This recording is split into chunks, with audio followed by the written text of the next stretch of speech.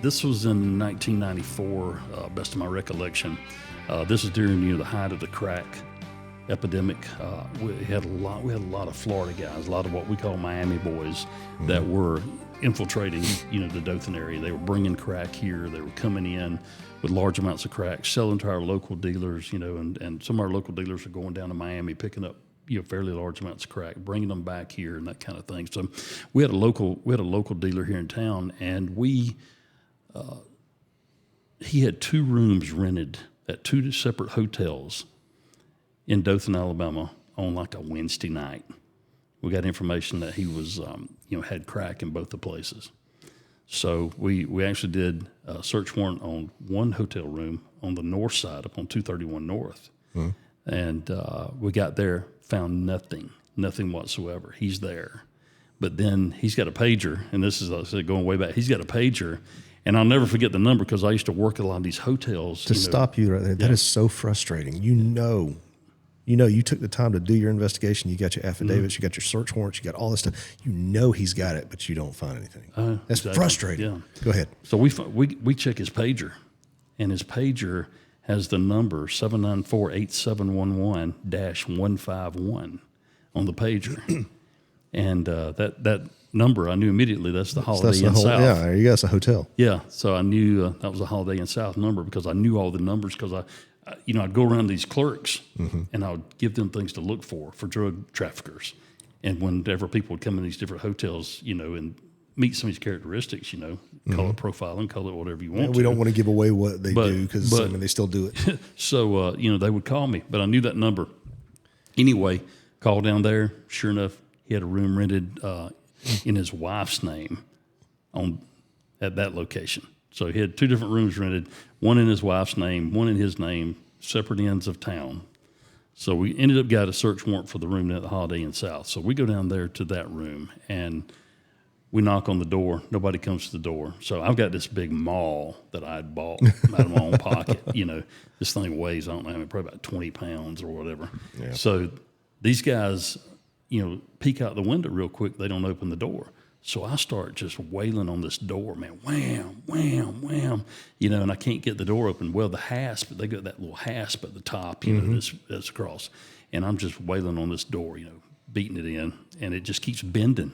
It don't ever open. The door just keeps bending in, and I'm like, finally, they're standing there just looking at us. I mean, the whole time, they're looking at us through the window. Looking at you through the window. I have to qualify that this is me and Gonzalez again, and it's just me and him, nobody else, just me and him. This is in the old days, Oh, that was smart. So, I'm just banging on his door till I'm like tired, and I finally tell one of the guys inside, I'm like, open the door, man. He said, I can't. The lock's messed up now, So I said, well, get back then. And I was just short of bashing the window in to make entry into this room, And finally we get the door open and we go in.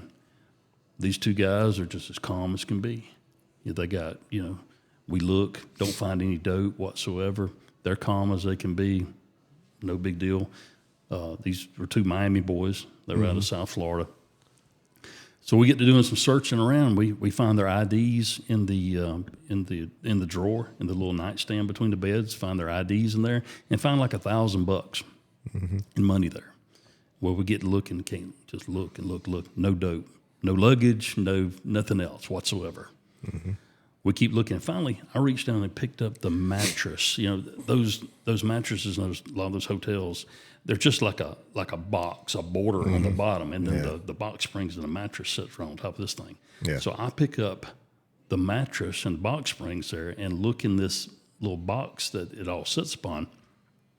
Look under the bed in there, and there's one of the plastic laundry bags that you get at the hotel for you, to put your dirty clothes in to take home. Yeah. Well, I pull this laundry bag out, and it's slammed full of cash. Somebody's got some explaining slam to full do. of cash. So we asked these guys, say, hey, this your money? Yeah. Guy said, no, it's not my money. Other guy said, ain't my money. I said, well, how much money was it? $36,000. Guy says, okay. I said, well, how do you reckon this money got in this room? He said, maid must have left it in here. Oh. I said, well, cuz I'm gonna start getting me room down here about once a week and see if it'll leave some in my room, And anyway, long story short, these guys had brought a load of dope up here, and they had the cash, and they were fixing to, head back to Florida with it before we intervened with a search warrant. And but we took the cash, but these guys were disclaiming the money.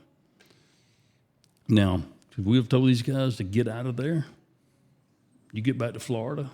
Never say anything about it. Never say anything about it, and took the $36,000. Y'all are $18,000 a piece richer. Yeah, could have done something like that. But and that's temptation in law enforcement. We see a lot of law enforcement officers. I'm not going to say a lot. Let's go ahead and add this in there. Obviously, you guys did not. Yeah, no, we did followed not. that money into evidence. No. Yeah. So we, we could have took that money. A lot of money at the time. In 93? Yeah. Yeah, that's a lot of money. And, I'm not going to say a lot of law enforcement officers fall into traps such as this, but there are some that fall into these traps, and you see them, some of them end up even robbing drug dealers and taking their money and that kind of thing, And that's definitely something, that's an integrity issue. And that's something we definitely don't want to see. It's not kind of publicity we want for law enforcement. We took these guys down to the office. We questioned them. We towed their van. They had a van there. We towed the van that they were driving. It was not registered to either one of them. It was actually a rental van with neither one of them listed, as the co-driver or a driver or a renter of the That's not vehicle. Suspicious, not at all. Whatsoever. So we took them down to the PD, and they went through a line of questioning with them about the money. We investigated the money, because at that point, we know they're drug dealers, but what's to say that they didn't get that money out of a bank robbery or a big theft or whatever the case may be. So went through a process to investigate the money, and ended up, we turned the guys loose after doing the proper investigation. We turned them loose. It was like, 3 o'clock in the morning out the south side door of the old PD, and they got and we took the van because the rental car company said, yeah, take the van. Yeah. So these guys are on foot. It's like we put them out the south side door of the PD, and like, see you guys later. Nice to know you. We're going to put your $36,000 to some good use here to buy some equipment with or provide some. You've got to wonder what kind of retribution they faced after losing $36,000 because it was their money. Yeah. There's no doubt. Yeah, no doubt. So, but anyway, that was a story of the two Miami boys and that $36,000 in cash that we seized there. So if you guys are listening, from Miami, you know where your money went. It went to good use.